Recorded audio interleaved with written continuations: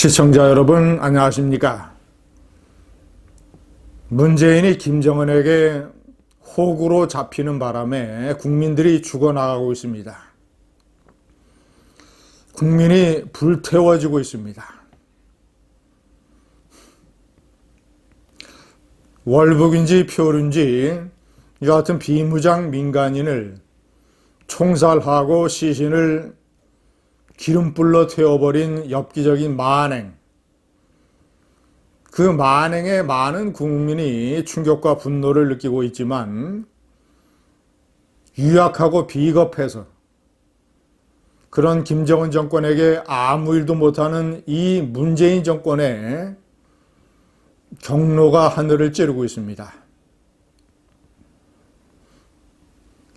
대통령과 청와대와 군이 무엇을 어떻게 이상하게 처리를 했는지 제가 정리를 해봤습니다.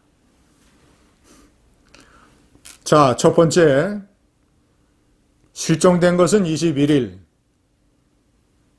북측 함정에게 잡힌 것은 22일 오후 3시 반, 사살되고 시신이 불타기 시작한 것은 22일 오후 10시, 그로부터 30분 후인 10시 반, 청와대에 보고가 됩니다. 총살되고 시신이 불태워지고 있다고. 자, 그렇다면 청와대는 대통령에게 이를 즉각 보고를 했어야 됩니다. 그런데 대통령이 보고를 받았다는 내용은 한마디도 없습니다. 문재인은 뭐하고 있었습니까? 잠자고 있었습니까? 관저에서 김정숙 여사와 술 먹고 있었습니까? 자기는 쏙 빠지고 새벽 1시에 국가안보회의가 열렸습니다. 그리고 나서 16분 후에 유엔 연설을 예정대로 진행했습니다. 사전에 녹화된 것이었습니다. 유엔 연설에서는 종전선언이라고 하는 동화 같은 평화 타령을 또 반복을 했습니다.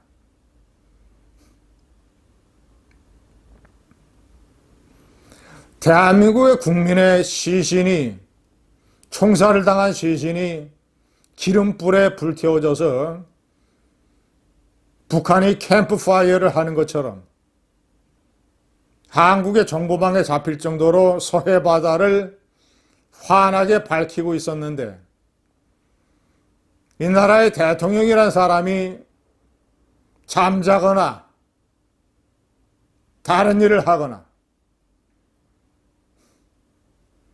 그리고 종전선언 이런 헛소리 평화타령 유엔 연설을 그대로 내보냈습니다. 유엔 연설을 취소하거나 유보했어야죠. 유엔에 전화 한 통화만 하면 되는 것 아닙니까? 주 유엔 한국 대사관을 통해서 신속하게 조치를 하면 되는 것 아닙니까? 만약에 이스라엘 총리가 사전에 팔레스타인이나 아랍 국가들과 평화를 더 진전시키는 내용의 녹화 연설을 준비했다가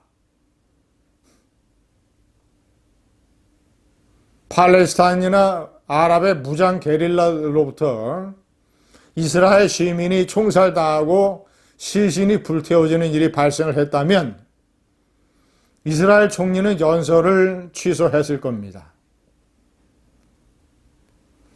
자, 세 번째, 군이 정보망을 통해서 그 실종된 어업 지도원이 북한의 함정에게 캐치됐다라는 사실을 파악한 게 22일 오후 3시 반입니다. 그로부터 6시간 후에 총살되고 시신이 불태워졌습니다. 일단 월북이든 표류든 한국의 대한민국 국민이 북측 해상에서 잡혔다면 군은 공개적인 발표를 통해서 안전 귀환을 촉구해야 되는 것입니다. 월북자면 월북자대로, 표류자면 표류자대로 안전이 보장이 돼야 된다. 이것을 강조를 했어야 됩니다. 그래야 북한이 어떤 국제사회의 공개적인 압력을 느껴서 저런 식의 엽기적인 만행을 하지는 못할 것입니다.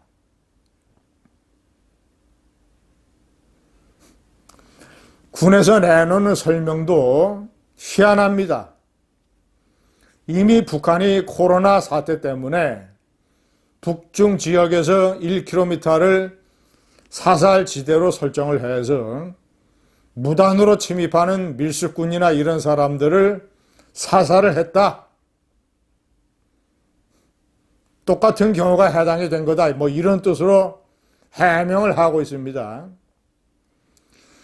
그러나 북중 지역, 지상으로 넘어오는 흔히 있는 일과 바다에서 구명 투뷰 하나 타고 월북을 하든 표류를 하든 북측 해상으로 건너온 사람과 경우가 같습니까?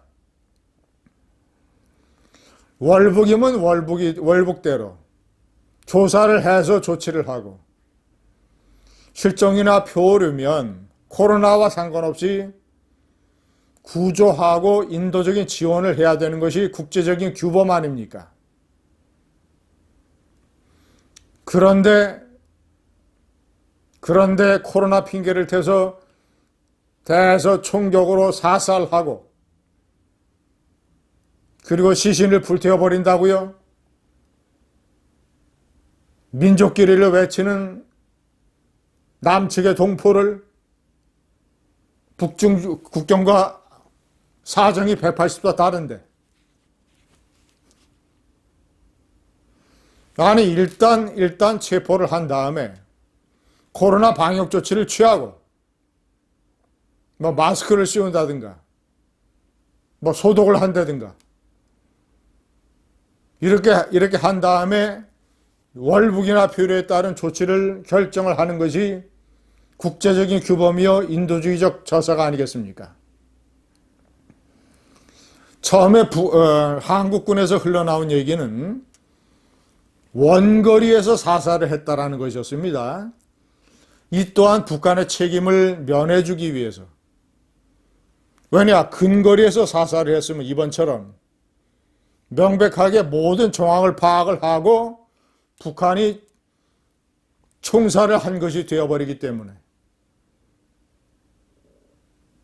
틈만 남은 북한을 두둔하는 문재인과 추방부, 유약하고 비겁한 대통령 때문에 국민이 죽어나가고 있습니다. 감사합니다.